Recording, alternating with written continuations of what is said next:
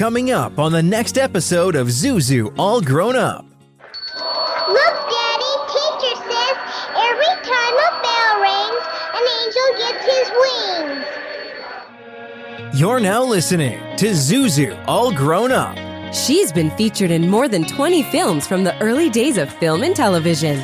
He is a psychotherapist and her loving husband. Together, they are on a mission to brighten your day and your life. It's a time to smile, a time to laugh, a time to expect more. It's time to get inspired with your hosts, Karolyn Grimes and Dr. Chris Brunel. It's time to meet Zuzu, all grown up.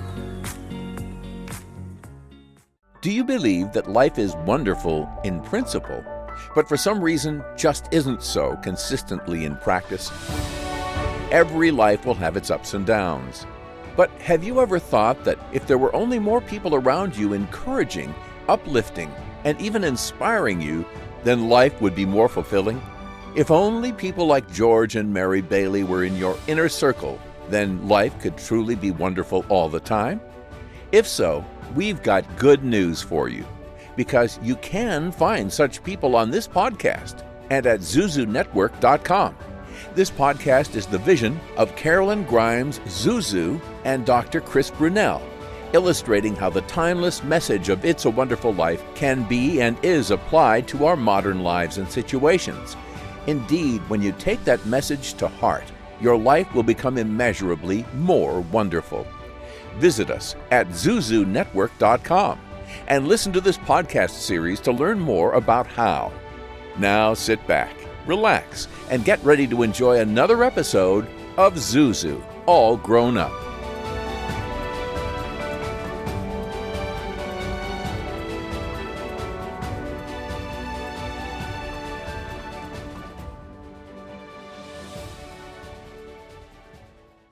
No, that's not Jimmy Stewart, but it is George Bailey, actor and great friend of the It's a Wonderful Life Festival in Seneca Falls.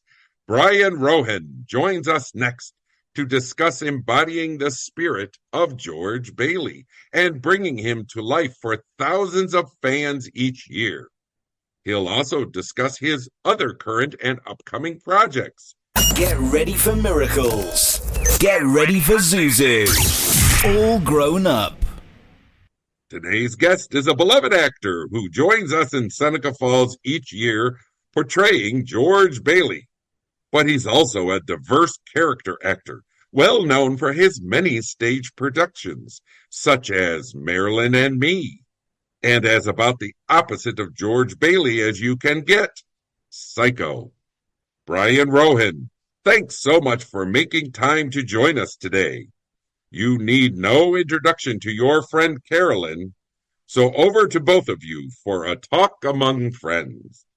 Well, today I have not only a very personal friend joining me, he's also a star. He can be a scary man, and he's also a very handsome man, and he's very talented. I could go on forever. He's a very dear friend of mine, and his name is Brian Rohan, and he lives in Hollywood, and LA, and I think I should just tell you that he looks like my father, Jimmy Stewart.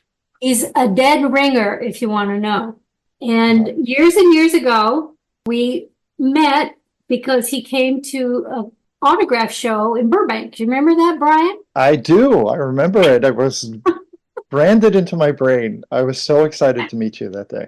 He came over and started talking to me, and I was like, my mouth was open, and I couldn't believe it because he talked like Jimmy Stewart. He looked like Jimmy Stewart. He's tall like Jimmy Stewart. He's skinny like Jimmy Stewart. He has big feet like Jimmy Stewart. He just was Jimmy Stewart.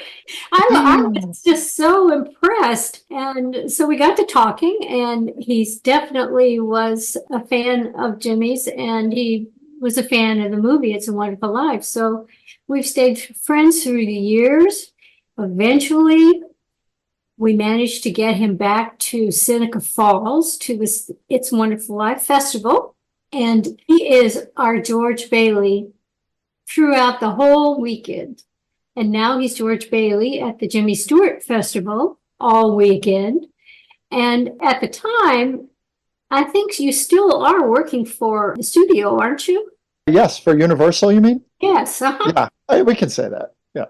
Yeah, I'm still working for Universal. Today's actually my day off. So this, Okay. All right. But he also is a copy of another star he really liked. And so that's where he works at the studio there for a clone for that guy. How'd you get to look like two stars? I have no idea, but it just happened. There was an interview with Carol Channing when she turned like 92, and she just starts talking. She goes, I'm 92 now.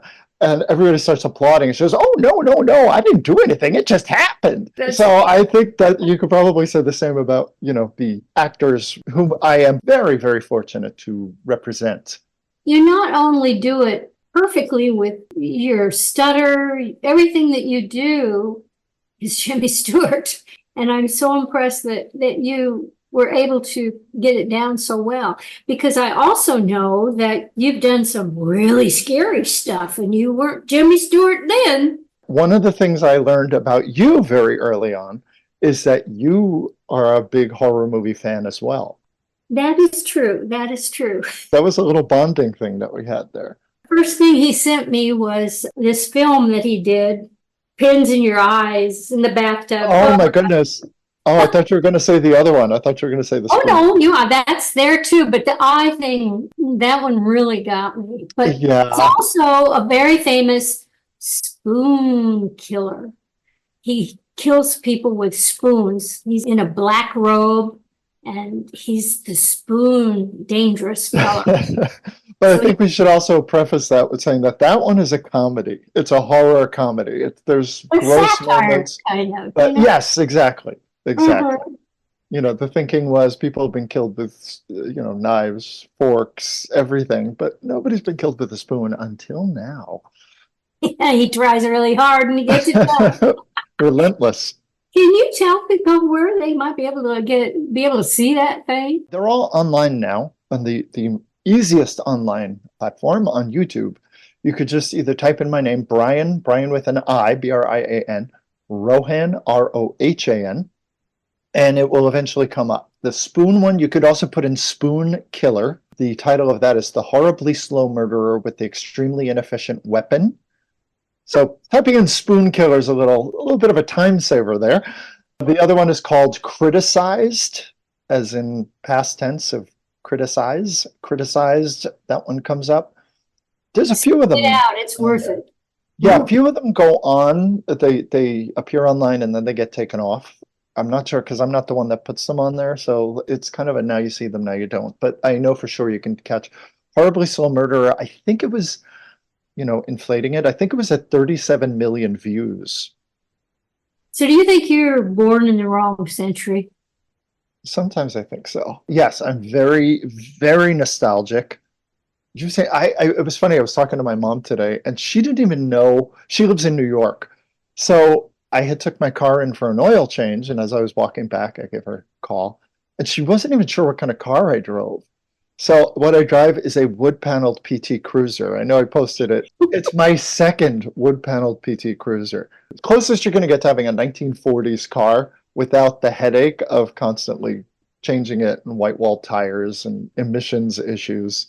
Now I'm talking to you, before we started, I'm in my 1923 California bungalow with all the vintagey stuff. I just love the look of it. I've always been very nostalgic and I just feel comfortable. I'm not sure what came first, like falling in love with that era through movies or wanting to be an actor. I think one just kind of fed the other. I grew up in an era where my parents never got cable until all the kids moved out. And I remember going over, I'm like, now you get cable. But they never got cable. So, when I was a kid, there were the three major networks and a few syndicated ones and PBS. So I had a shared pop culture with the older generations. I knew who Mae West was. They knew who Mae West was. You ask a 14-year-old today, who's Mae West? And, they're probably, you'll find a few of them who know. But yeah, so I remember, I think Fritos corn chips used to have a cartoon of W.C. Fields. So we all sort of that 1930s, 1940s culture was part of my growing up too, because we didn't have 1,000 channels and streaming and everything. We had fewer options, and that's not a complaint because they were wonderful options. But yeah, so I think that was one of the ways I kind of fell in love with that whole era. And when did you discover Jimmy Stewart? Jimmy, I discovered, well, the first movie I saw, and I didn't know it was Jimmy Stewart, was The Spirit of St. Louis. My dad put it on because they filmed it. It was like a big budget Warner Brothers production. I think they did 6 replicas of the actual plane, some that flew, some that didn't. And they shot some of it in Ireland. When he lands in Dingle Bay, there's those beautiful shots of him, going over. The sheep go running when the plane like flies low, and you see all the thatched cottages. So I have a feeling, Dingle Bay is in Galway, where my dad was from. I was like 8 or 9 at the time, so I didn't go, you're only watching this for this one. But I think that's why it was on. So that was probably the first Jimmy Stewart movie I saw. But now my dad, getting into that, from Ireland, but he resembled Jimmy Stewart. He resembled older, white-haired, Tonight Show era Jimmy Stewart. And even though, Irish people have been accused of talking too quickly, I have several cousins who I can, bring as evidence. Dad was a very slow talker. He sort of spoke in an Irish brogue like this. There were people that thought he was Jimmy Stewart, even though, there was a good 20 plus years between them. I remember the first time, I guess around the same time, I was 8 or 9, we were going to a place in upstate New York. I want to say it was a place called Lake Welch, and you have to pay the parking attendant. And we're in the station wagon full of kids, this puttering station wagon. And the guy taking the money at the toll leans in and says to my father, "You're Jimmy Stewart." And my dad, he was totally flattered, but he always acted, and he just goes, "He's old enough to be my father." And he loved it. He loved being compared to a great movie star like that. So, and I remember going, who did he say? Who did he say you look like? And it wasn't until, young Jimmy Stewart, white-haired Jimmy Stewart, they sort of seemed like two different entities almost. You could say that about a lot of the old stars. And what was it? Oh, That's Entertainment came on TV shortly after that. And I was at my cousin's house, and I was kind of watching it for the Wizard of Oz footage and things like that. They had a segment with Jimmy Stewart on the rooftop of MGM. And I remember my aunt, also Irish, going, look, there's Jim. And I went, that's who she's at. That's Jimmy Stewart. Okay, and that's the guy who was in Spirit of St. Louis. So I started putting it all together then when I was 9 years old. And he was the guy that looked like Dad. And then, I'd see him on The Tonight Show, and he was always great to watch.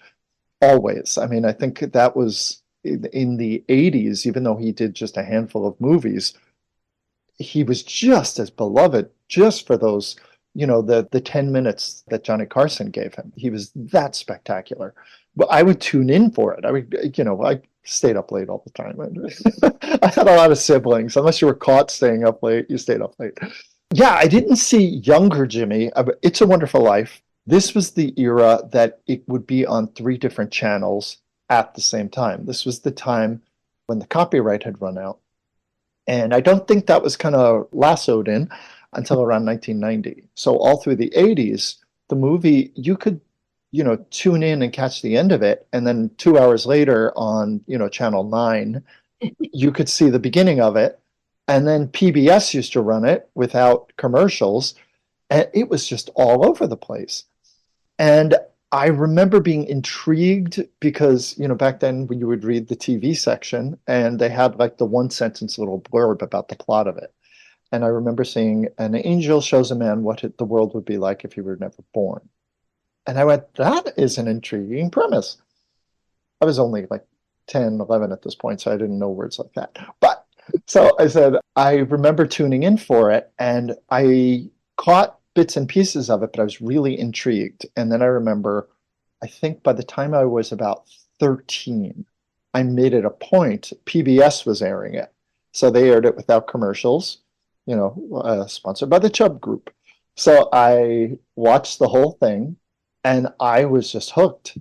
And it was before, like, it was just at the point where you could say it was starting to get spoofed on Saturday Night Live and things like that, where it was really becoming part of the pop culture landscape. So, yeah, so that was my multi-level introduction to Jimmy Stewart. Wow. Well, when did you decide you wanted to be an actor? About the time I was 11, well, when I was 11, I announced it again to the same Irish aunt. Because I used to draw all the time, and I used to say that I wanted to be an architect. Probably a little, Brady Bunch inspired. And I love drawing houses. So I remember an aunt, but that same aunt going, so you're going to be an architect? Maybe, or an actor. And I remember this chorus going, an actor? And I was just like, yeah, what's wrong with that? And I think my parents kind of thought I would outgrow it. And then I started doing all the plays in school and really, really getting involved, like to the point where I would make, draw all these posters. One time I painted a backdrop by myself. We had a 2-story window in the front of the school with square glass windows. It was very mid-century looking. It was 2 stories high. And the director got this idea. He found out my uncle worked for a press company and he used to get all this free paper, like colored paper. And he was like, oh, and Brian draws, gets free paper, and we have this huge window in the school. So I would do these 2-story high advertisements for the plays, like The Crucible and Once Upon a Mattress and things like that.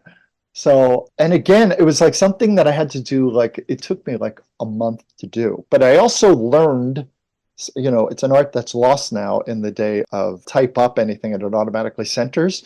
What did they call that? It wasn't paste ups where you have to have it centered and then have, like an inch between each letter.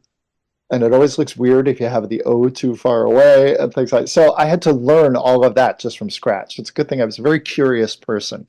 So I just got involved with that. And then that kind of stuck all through college. And the college I went to didn't really have a drama program. They had plays, but that wasn't satisfying for me. So I wound up doing an internship at an off-Broadway theater. That was pretty wonderful too, because that adrenaline kind of followed me into that. They started with 28 interns and I was the last one.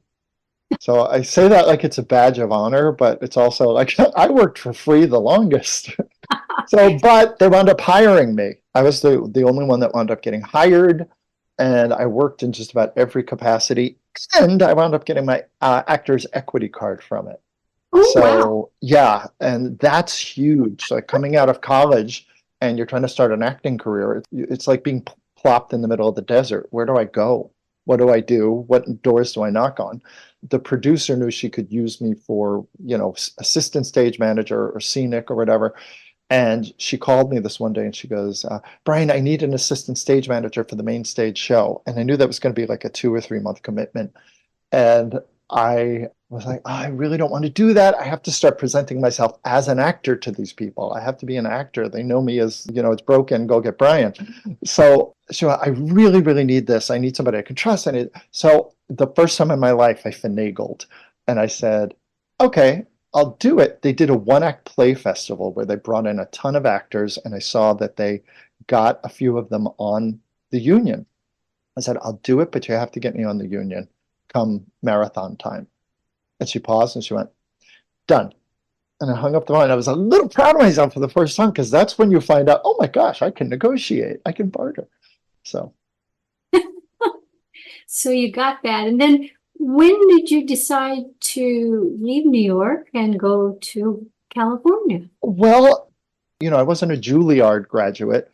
The New York theater community can be intimidating to the little, for an upstart.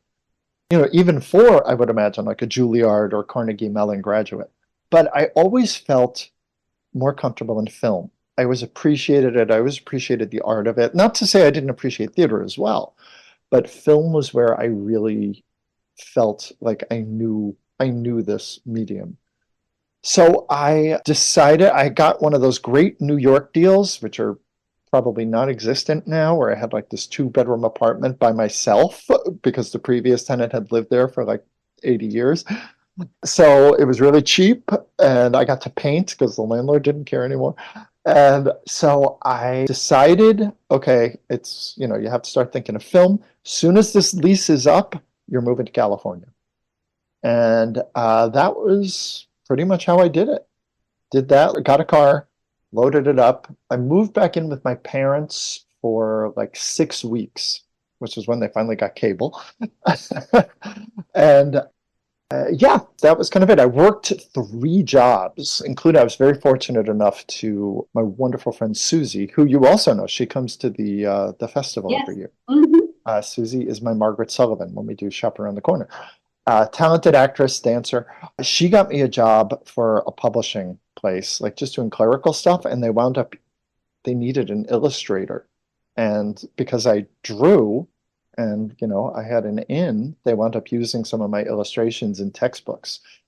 So it was wonderful that happened right when I needed a big flush of cash, when I'm about to just get in the car, come out to California and start my life over. Yes, exactly. And hope you land on your feet, because I didn't have a job or a place to live. I'd come to visit the year before and once as a kid. So I knew the lay of the land. Yeah, but no, this was just kind of like, bye, everybody. I'll call you in a week when I have a new life. So. Oh, my gosh. So then you got a job? Oh, then I got a job, like in New York. You'll be surprised to learn I made a living, shocking, as a waiter. So, of course, I started at a restaurant here, which I later found out, I didn't know it at the time, it was one of the former Brown Derby restaurants. Oh. Did you know there were 4 of them? The first one was the hat-shaped one on Wilshire and Alexandria, across from the Ambassador Hotel. The second one was Vine Street. I think I'm getting that right. Vine Street, which that's the establishing shot of when Lucy Ricardo, spills the pie on William Holden. That was the one they show, Hollywood and Vine. Then they had another one on Wilshire and Rodeo, across from the Beverly Wilshire Hotel. Everyone knows it as the Pretty Woman Hotel. A small one, like a luncheonette. And then they had one in Los Feliz, which is like 4 blocks from me. And it was no longer a Brown Derby, but it was the only one that still exists as a functioning restaurant. It's still there. It was a restaurant called Louise's at the time. That was one of my first jobs when I got here. So that was a nice place. You land, you get a nice cheap apartment, and what next? So then you start looking for acting jobs. Did you get an agent? Yes, I did. Things all sort of fall together. I was working at Louise's, and this fellow came in who was a photographer, and he opened it. He was showing somebody his book, and it was all these 1930s style photos. They looked very like George Harrell or Clarence Sinclair Bull. So he's just showing them, and I just started chatting with him. I had seen something on the news about him. He's showing me, oh yeah, this is so-and-so's wife, some famous director's wife who wanted to look like Joan Crawford or Anna May Wong or something. I just went, this is great. And, he appreciated the fact that I knew George Harrell and who the photographers were. And I just said, and I swear I wasn't fishing, I said, you're going to get some male models for that now. And he goes, what are you doing tomorrow? I was like, oh, okay. Yeah, okay, I'll do it. So I just showed up in my suit. It was a very fast photo shoot. I showed up in my suit, posed against the Venetian blinds. It was like snap, snap, snap. I think I was probably out of there in like a half hour. Wow. And then he came in with these photos that people swore were Jimmy Stewart. I sent them around. I thought it was going to be a gag to send home. I'm like, I can't possibly use this. But I sent it out to a few agents, like in a little postcard along with a full modern day headshot. And they called me in, but they would send me out on things. And they said they were getting calls from people saying, the guy in this photo, is he 25 or is he 85? Because they thought it was an actual, 1930s photo. We'll join Karolyn and Chris in just a moment with more of Zuzu All Grown Up. First, an important message. Start your morning right with premium coffee roasts available at ZuzuNetwork.com and drink them in your Zuzu All Grown Up coffee mug. Also perfect for tea and hot chocolate. Stay inspired throughout the day with the same gratitude journal used by Karolyn and Chris, and check out t-shirts, hats, books, Christmas keepsakes, and more at ZuzuNetwork.com/shop. Are you wondering whether to sell or donate the car you no longer need or want? Consider that. Donating it to a legitimate, legally recognized nonprofit organization, not only will you receive a tax deduction, but you'll be contributing to a worthy cause. Finding a worthy nonprofit organization can be time-consuming and even a bit stressful. I'm here to present to you one of the most amazing, legitimate 501c3 nonprofit organizations in the world. The United Breast Cancer Foundation, the UBCF, provides screenings, treatments, aftercare services, educational materials, as well as patient and family assistance. We ask that you help in that mission by donating your unwanted or unused vehicle to the UBCF. Simply call 888-842-5505. The process is fast and easy. Call 888-842-5505, 888-842-5505. Help us in our mission and get a tax deduction. Call 888-842-5505. Thank you for your support. A careless driver can change your life in an instant. Do you know what to do or who to call? If you've been injured in a motor vehicle accident and don't have an attorney, call Auto Accident Help Desk for a free consultation. We can answer all of your questions and estimate the potential value of your case. Call Auto Accident Help Desk and connect with an expert personal injury attorney. Call 800-297-9766. 800-297-9766. Don't worry how to handle your medical bills, lost wages, and pain. We will get you the money you deserve. They got me way more than the insurance company offered. The consultation is free, and you don't pay any legal fees unless we win or settle your case. Make the smart call if you've been injured in an auto accident. Call Auto Accident Help Desk for a free legal consultation. Call 800-297-9766. 800-297-9766. 800-297-9766. Auto Accident Help Desk. Join Zuzu's network today at zuzunetwork.com/join. Karolyn is creating an international network of aspiring angels, everyday people who believe that they can help make the world a better place by making life better for even just one other person. Let us know you want to earn your wings at zuzunetwork.com/join, and Karolyn and Chris will send you inspirational material to support you in your journey. We're back with more Zuzu All Grown Up. That helped get me my first agent, because they were kind of selling me as, retro guy. I, got a few gigs from that. I had some family issues. I went back to New York for a little while, came back, and it was time to tighten the belt.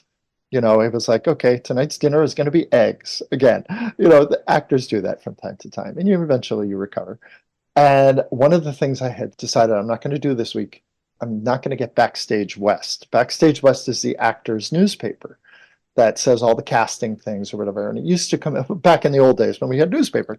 And it said all the latest castings. So I decided that week, I'm not going to say, it was like $275. I think, okay, tighten the belt. If there's anything, I'll go to the library on Friday and I'll look in it. I got all these calls from friends saying they're casting a Jimmy Stewart for a public service announcement for the city of Beverly Hills. And it's called It's a Wonderful City, which now is also something you can find on YouTube. Yes. It's a Wonderful City. I got cast in something as Jimmy Stewart previously that never got off the ground. But it was written, I think they had written it it was supposed to be that the ghost of Jimmy Stewart comes back and helps this impressionist. That was the first time I studied Jimmy's voice. And it was written with all the stutters and the stammers in it. And finally, I was having trouble with it. I said, can I just say this? I'm not playing 80-year-old Jimmy Stewart, and you've written him here, like he has a head injury or something. So I said, can I just do it? Jimmy did screwball comedies. He did a lot of, he could be a fast talker. Watch, You Can't Take It With You. And that was the era that I resembled. I said, can I do it? Do you mind if I do it my way? And he let me do it. And then it worked. But project still never got off the ground. So I had my Jimmy Stewart voice ready to go. So I show up for this casting call, and the receptionist is there. She goes, you're the one with that old headshot. I love it. You have to tell me who your photographer is, whatever. She takes me into the room, and there's like 4 or 5 other actors there. And, they're all sitting there diligently reading their signs, but I showed up in my vintage suit. The director, whose name is Richard Gale, he comes out, and he's just got this big smirk on his face. And he comes over and he goes, "Oh, make yourself comfortable. We'll be with you in a few minutes. We just have a few people ahead of you." They never do this at auditions. So he goes, "We'll be with you in a minute. Do you want some water? Anything?" I'm like, "No, I'm good. I'm good. I'm good." And he walks away, goes back into the room. One of the other actors, without even lifting his head up, he goes, "We weren't offered any water." I knew that I was going to get it. So, which was nice. Nice that I got cast in that, especially, when I came back after Time to Tighten the Belt. So I got cast in that. Richard and I hit it off really well. Turns out we have the exact same birthday. He's 2 hours older than me. And this is where he likes horror. So we went to lunch before we filmed, and we just started talking about all the movies that we like. We did It's a Wonderful City, got nominated for a local Emmy, and then I wound up doing another public service announcement with him where I won a local Emmy award, which is wonderful. And then Richard and I started making our own films. That was when we did Criticized, the paperclip one with the eye. Whoa. And then from that, we did the Spoon Killer one. It was funny. For Criticized, the paperclip one, I went into like full method acting mode, and like I read books on mental illness and stuff like that. Then for the Spoon Killer, I made a funny Terrified face. me for months. Months. I was terrified. Well, that's good. That's good. But then with the Spoon Killer, that's what it's supposed to do. With the Spoon Killer, all I did was make a funny face. And, Richard and I, we discussed the night before, because it was going to be a lot of guerrilla filming. Okay, we can't use prosthetics. And we have to, if there's areas where we're not allowed to film, you have to be able to kind of hide. So I got a black hoodie, like in a regular one, as large as I could. My face wasn't even supposed to show. So then we said, okay, what face would you not want to see? If you open your eyes in the middle of the night, what do you not want to see staring at you? So I just made a series of scary faces. So that was the frozen face of the Spoon Killer. And we put a little white makeup on. And suddenly it went on YouTube and people got tattoos of me. I went to those conventions, those comic book conventions, not as a I went, to shop to buy stuff. And I saw people dressed up as me, at Halloween parades. And I don't know how it happened, but it was just one of those things that clicked. People, there's an action figure now. I am an action figure. And we did not commission it. It was a company in France that just liked the movie. And he just tagged me in it on Instagram. And I was like, I loved it. It was so great. He sent me a whole bunch of them now. White Flag Toys. Look up White Flag Toys, everybody. They're a wonderful upstart toy company. So were you surprised by the success of Spoon Killer? I was shocked. I really was, because when Richard described it, we were waiting. We were going to do a feature version of Criticized, and Richard had the script ready to go. And it was just one of those things where some delays started happening and money issues, as often happens. So he said, well, let's do a horror short. I have this idea of a killer who kills somebody with a spoon. And honestly, it wasn't anything that struck me as terribly hysterical, but I don't sound ungrateful, but I did kind of mean it with a shrug, because I was like, I'm unemployed now. Okay. So we did it, and it was supposed to be, he said it was going to be a 3-day shoot. It wound up being 20-something days. Wow. Yeah, he put it together, and the first festival we entered, we won a prize, and I want to say it's won like 19 awards since then, festival awards. Yeah. And my co-star in it is Paul Clements, who you might know, if you're horror fans, will know him from The Beast Within. 1982 is a very popular horror movie. He has his own action figure too. He's actually the son of Eleanor Parker, 3-time Oscar nominee, Baroness from The Sound of Music. Yeah, so he's my co-star in that, and a real sweetheart. Okay, now it was about this time in your life that you got a job at Universal. Is that right? Yes, I started there as a tour guide. Then because I love all things Hollywood, and it was all a lot of fun. And then I became a VIP guide, which was even more fun. And then I got some acting work. So I went on a leave of absence from Universal. I'm lucky I was still like in the computer system. I did a show at Laguna Playhouse, which I think I sent you the reviews for, because I played a 1930s newspaper reporter. And I think 9 different critics compared me to Jimmy Stewart in it, which was great. So the previous Halloween, I had done another Hitchcock hero, I had done Anthony Perkins / Norman Bates for Universal for Halloween. You know, a lot of their horror characters that they do, they can hide behind a mask, but I'm a tall, lanky, dark-haired guy. And apparently, I have read that Alfred Hitchcock told Anthony Perkins, you remind me of a young James Stewart. And this was right after, he had done Vertigo. So I think there was something maybe in the casting of Tony Perkins, because Hitchcock loved working with Jimmy. Jimmy was that only man that you could do these very sick and twisted things. In Rear Window, he's looking through a telescope at his neighbors, and you're not thinking, wow, that guy's a weirdo. It's Jimmy Stewart. You're putting yourself in his place, and you'd be doing the same thing. And in Vertigo, he gives a woman a makeover to look like somebody who's dead. And it's beautiful, and it's hypnotic, and it does not enter your mind how unhealthy and sick that is, because it's Jimmy Stewart. And now he had Anthony Perkins. Anthony Perkins, who had to get the audience sympathies. The stories with Janet Leigh for 45 minutes. And then suddenly she's killed off, and the audience is left going, huh? Wait, we were following her story. And then suddenly you need a sympathetic lead now, killer almost, that the audience is rooting for in a way.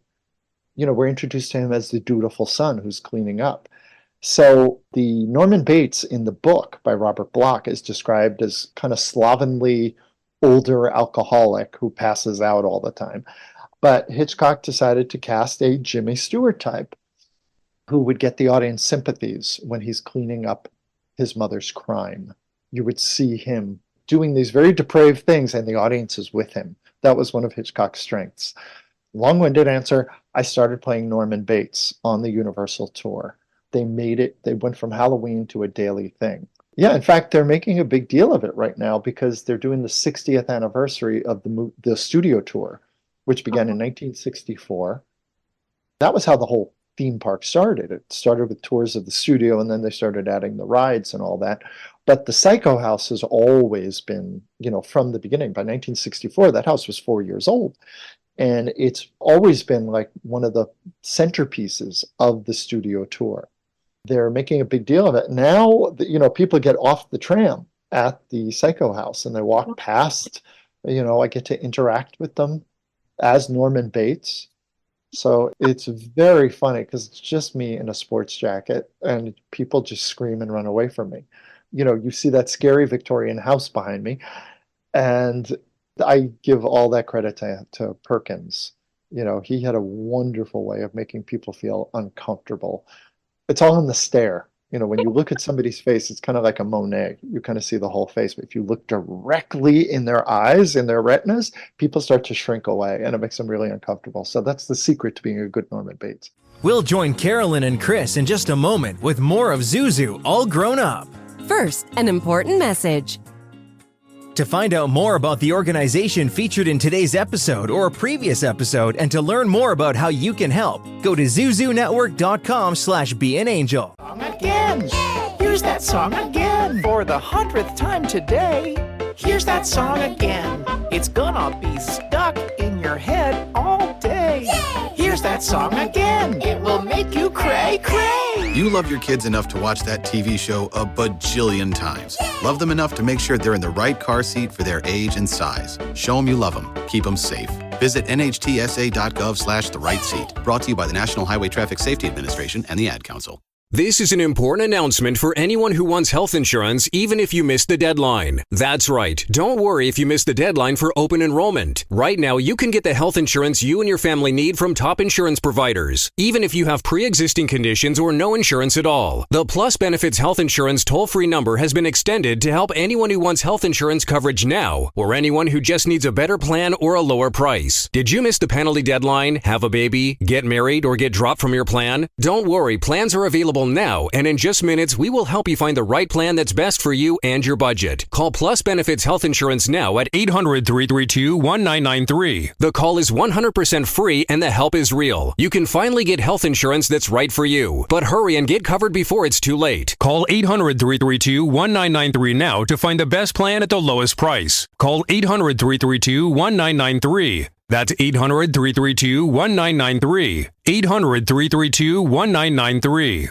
Imagine having all the money you need for retirement, all the income, every month, guaranteed. That's Secure Future Investor. Secure Future utilizes an indexed annuity tied to growth in the U.S. stock market, but without any risk of loss ever. That's right. No matter what happens in the market, your investment can never decline. Down years, you're insured against any losses. Boom years, your retirement account grows exponentially to increase your worth. Whether the market is up or down, Secure Future Investor can set you up with guaranteed money for life income. It's the difference between thinking you have enough money to retire and knowing you're getting that retirement check every single month for the rest of your life, no matter how long you live. Over 40 years old? Call now. 888-288-7088. 888-288-7088. Sponsored by GP Agency Inc., Raleigh, North Carolina. Licensed in all states. Performance may vary. Consult with your financial professional before making an investment decision. 1 out of 8 women in the United States will be diagnosed with breast cancer in her lifetime. And the chances are you know at least one person who's been personally affected. But right now, you can help. It's simple. Donate your unwanted vehicle, RV, or trailer to the United Breast Cancer Foundation. It's the easiest way to contribute to one of the nation's leading charitable organizations. The process is fast, easy, and free. Not only will you be helping, but you'll also receive a tax deduction. The United Breast Cancer Foundation offers an array of programs and services that help and support families and individuals dealing with breast cancer. But we can't do it alone. We need your help. Simply give us a call to get started, and we'll schedule a pickup date that is convenient for you. If you have any questions you would like answered before initiating the donation process, please feel free to call us toll-free at 800-324-6218. That's 800-324-6218. 800-324-6218. Zuzu's book club features recommendations from Zuzu herself on books she loves and thinks you will love also. All of the books that the club reads, fiction and nonfiction, are inspirational and uplifting. Folks, this is a life-enhancing club to be part of. You can sign up for free at zuzunetwork.com/book club. That's zuzunetwork.com/book club. This is Zuzu, all grown up. After that, you met me. You were so kind to me because one of the things you didn't add when I met you, and I had on my LA poker face, which is like when you meet a celebrity or somebody who has meant something to you over the years, you just kind of do like, oh, hi, nice to meet you, even though inside you go, oh, I can't believe it, it's Zuzu. Oh, she took my arm. So yeah, I was squealing like a teenager to Bobby Soxer inside. But you were so good to me because you had a whole table, memorabilia and things, and you stopped what you were doing. And you took a break. You took me by the arm and you went and you were telling me stories of Jimmy, and you were telling me, oh, there's projects in the future. I would love to work with you. You made me feel so welcome. And immediately you made me feel like, part of the It's a Wonderful Life family, which has only accelerated over the years. But it was a few years before I joined you in Seneca Falls. We kept on in touch through email and then social media. And I saw in 2016 it was going to be the 70th anniversary. But I had to talk them into it, You did, and you showed them the Spoon Killer, and I think you did more to talk them out of it. I think you told me Anway at the museum had said, I don't know about this guy. Right. This is our George Bailey, and I'm beating somebody with a spoon. I could see where that would be a tough sell. Yeah, it was a tough sell. But boy, you came. Yes, and you conquered. I always remember, Anway didn't know me. And I love you, Anway. I know she might be listening to this. She's wonderful. She runs the museum. I think she was a little like, what's this guy going to do? And so much is going on. You really have to be self-starting. You have to have your bearings, and everybody goes off. Somebody's doing a talk here, somebody's posing for pictures here, somebody's signing stuff here, somebody's performing this here. It's a 10-ring circus. Yes. And I mean that positively. And I think she was, who's this new guy? What's he going to do? And she was a little bit of a helicopter mom the first day. You know, like, what's he doing? What are you doing? What are you doing? And by day 2, I remember I had made the moon. I brought the football costume, the Buffalo Gal football costume with the stripes and the number 3 on it and the oversized football pants. And I made the moon with the rope and was posing for pictures with people. And I remember she came up to me with the, what's he doing? And she looked at me and she put her arms together like she was praying. She did a bow to me and then she walked away with a thank you. And then she went, "You're coming next year, right?" So I thought, okay, I'm in the club. And you've been coming ever since. Yes. And from there, you met. Oh, I met Janie McCurgan at the Jimmy Stewart Museum. She came out in 2021 for the 75th anniversary. And it was really fun. She has a birthday in December during the festival. And I remember I serenaded her. I know how you love when I sing. Sometimes, for those of you who don't know, Jimmy introduced a song called Easy to Love. And at the final dinner, sometimes I break out the pipes and I sing so often to Karolyn, "You'd be so easy to love." Jimmy wasn't known for his singing voice, and that's another thing he and I have in common. Yeah, so Janie had a birthday in early December during the festival, and she was leaving the next day. So I remember I got up at the opening night dinner, and I sang, you know, "You'd be so easy to love." And she really appreciated it. Yeah, so she invited me. I don't think the singing had anything to do with it, but she invited me to Jimmy's hometown following year. I had been there once when I was driving cross country. I stopped. I didn't realize it's so close to Punxsutawney, Indiana, Pennsylvania. You kind of have to drive through Punxsutawney, at least the way I came, which is Groundhog Day. Mm-hmm. And so I remember I spent the day there, went to the museum, you know, but this is years ago when I was just, you know, me. And I went, at the time they had a Jimmy Stewart themed restaurant, like a diner, and they had posters of him all over the wall. What about the Charleston Flash Mob? Oh gosh, yeah. So now I've done 2 years performing as Jimmy. I did 2022 and 2023 performing in Jimmy's hometown. They called theirs the It's a Wonderful Life Festival, and it never crashes into, it's usually just before Thanksgiving. So it's sort of like the whole season. It never crashes into the Seneca Falls Festival in upstate New York. So the first year, one of my highlights was through a series of coincidences, I got up to the rooftop where Jimmy posed for the Life magazine cover in 1945 in his World War II uniform. He had just come back from the war, and the Life magazine photographer was there and kind of followed him around. Jimmy comes home and followed him, you know, took pictures of him at the hardware store and having dinner with the family, things like that. And he posed on a rooftop. And I asked Janie, "Is there any way I could get up there?" And she went, "It's a privately owned building. I don't know anybody who lives there." And just through a series of coincidences, somebody's like, "Oh, I know somebody who lives there. Oh, I know somebody who lives on the top floor. Oh, I know so." And then even when I got to the top floor, they're like, "Oh, but the roof is usually locked." And that's where the guardian angel came in, because we went and the roof was unlocked. And I got to sit in the same spot where Jimmy sat and posed for the Life magazine photo. I don't think I slept that night. I went home on the airplane that day, and I was just like, I can't believe I did that. That was fantastic. Then the following year, one of the highlights was Susie Myers, who, Tippa, that's her married name. Susie and I did plays together in high school. She has remained one of my best friends. She helped me move into that cheap New York apartment in January, where I had a mattress on the roof of her car. She's my only friend in New York with a car. So, and the bungee cord started coming off, so we had to hold it in the 20-degree New York winter weather. Going, "Oh my God, my hands are frozen." And she's just been the greatest friend over the years, and she's so talented. She's a dancer, she's an actress, and we've just done so many things over the years together, even though she's still New York based. So she came up to the festival, and when she was coming up, I was like, "Oh, let's do a radio show of Shop Around the Corner." because you need somebody that you can spar with. Shop Around the Corner is that I work with you and I can't stand you, but we're sending love letters to each other. So you need somebody who can, I won't, I will, blah, blah, blah. Somebody who understands the screwball comedy back and forth. And Susie, she's wonderful. So she was going to come to Indiana, Pennsylvania, and she had suggested, let's do a Charleston flash mob, where she went on Zoom and she spoke to, I think it was 3 different dance troupes that are located in the Indiana, Pennsylvania area.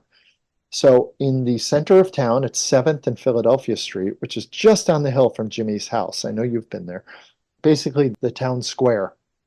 They have a whole festival with big Christmas tree, and over the loudspeaker came this 1920s version of the Charleston with a nice intro where she's trying to coax me into doing the dance. So suddenly we start doing the dun, dun, dun, dun, and we do the knee knocking and all that.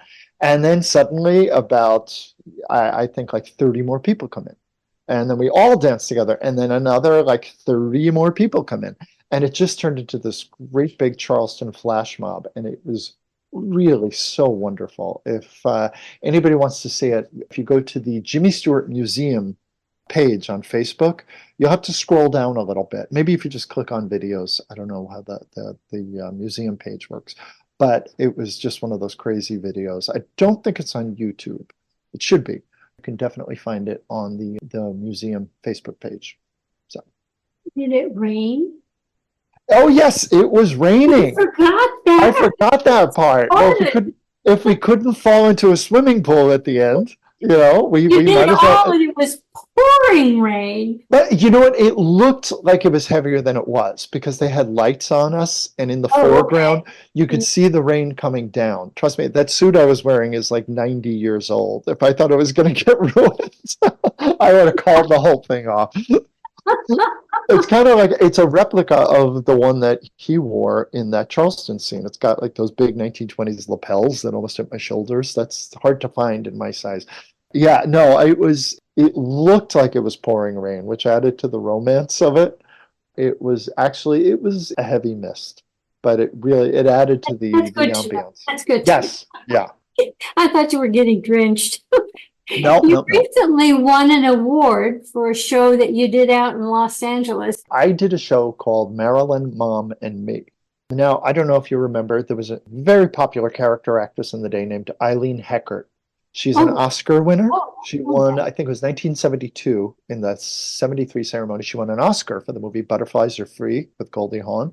But she had a very distinguished Broadway career, won every award out there, was in The Bad Seed. She had that wonderful drunk scene. And she worked with Marilyn Monroe in the movie Bus Stop. And she has a son named Luke Yankee. Luke is a playwright and actor, director, does it all. Luke used to ask his mom about all the people she worked with. And he had a wonderful childhood. Like, he grew up as Vivian Vance was his next door neighbor. And, Ethel Merman used to come to the Christmas parties. And so he just devour these stories. But his mother would never really share things about Marilyn Monroe. And when she did, sometimes, it was usually that she was late all the time. It was the dismissive stuff. She passed away in, I want to say 2001. He delved deeper into it and learned that they actually had a lot in common. Marilyn had just come from New York studying method acting. And since Eileen Heckert was playing her best friend, she basically walked up to her and said, "We're playing best friends. Can we be best friends?" And for the duration of the film, Marilyn was very much a part of her life. And then, the film ended and she never saw her again. So Luke, who is, quite a successful playwright, has several published shows. He wrote a play about his mother's relationship with Marilyn Monroe and how that affected him growing up. And he cast me as his younger self. Luke he's like 6'4" and lanky. He's also blonde, so I went the extra mile. I got my hair bleached blonde for this production. I saw that. Oh, wow. Yes. Yeah, it was fun. It was kind of fun. They do have more fun. So that ran in Long Beach at the International City Theater, which is a larger equity house, and really did quite well. We just won a series of awards. So Stage Scene LA gave an award. I won Outstanding Featured Performance in a Comedy Drama at a Larger Theater. So that was pretty nice. That was very nice. Wow. Yeah, I'm pretty thrilled with that.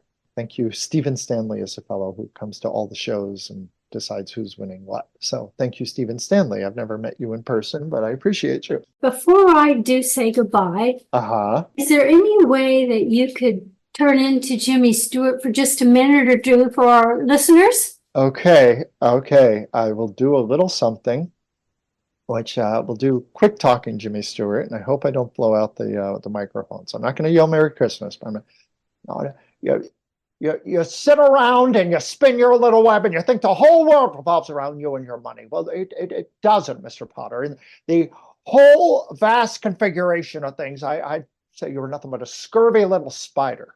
That goes for you, too. It goes for you, too. How's that? I loved it. Okay, I'm a little out of practice. I haven't done that in months now, but there you go. That's great. Thank you, Brian, for thank you, Karolyn. It's great to see you. Okay, bye-bye. Okay, bye, Karolyn. Do you know someone who is earning their wings? Someone practicing kindness and service to others? Perhaps an organization or initiative helping make the world we live in a kinder, sweeter place. Or maybe you've witnessed the miraculous, the divine, the magnificent in some way in your life, and you'd like to share it with others. Go to zuzunetwork.com/tellmystory and let us know more. You may end up being featured on an upcoming episode of Zuzu All Grown Up. That's zuzunetwork.com/tellmystory. Now here's Seth Kennedy with today's parting thoughts. Brian Rohan, thank you for joining us. It's been great fun. Indeed, by bringing George Bailey to life for us, you also help bring the Christmas spirit to life. And for all of you listening out there, and can catch Brian in one of his performances throughout the year in many different parts of the country, do your very best to do so. You'll be in for a real treat. You're listening to Zuzu, All Grown Up. We'll be back soon. Thank you for listening to another episode of Zuzu All Grown Up. We hope you've been inspired to live your most wonderful life now and to help those around you do the same. Remember, no matter what you're going through, no matter who you are, there are people who care about you and your life makes a difference. It is a wonderful life. Check out ZuzuNetwork.com for more on today's and other episodes, including transcripts and merchandise you won't want to be without. New episodes are coming soon. For transcripts of today's broadcast, go to ZuzuNetwork.com/transcripts. Zuzu All Grown Up with your hosts Karolyn Grimes and Dr. Chris Brunel. Announcer and guide Seth Kennedy. Executive producer Kevin R. Stillmock. Coordinating producer Holly Ann Way. Technical producer Stella Joel. Managing producer Karina Filatova. A Wonderful Land production. In collaboration with Radio Wonderful.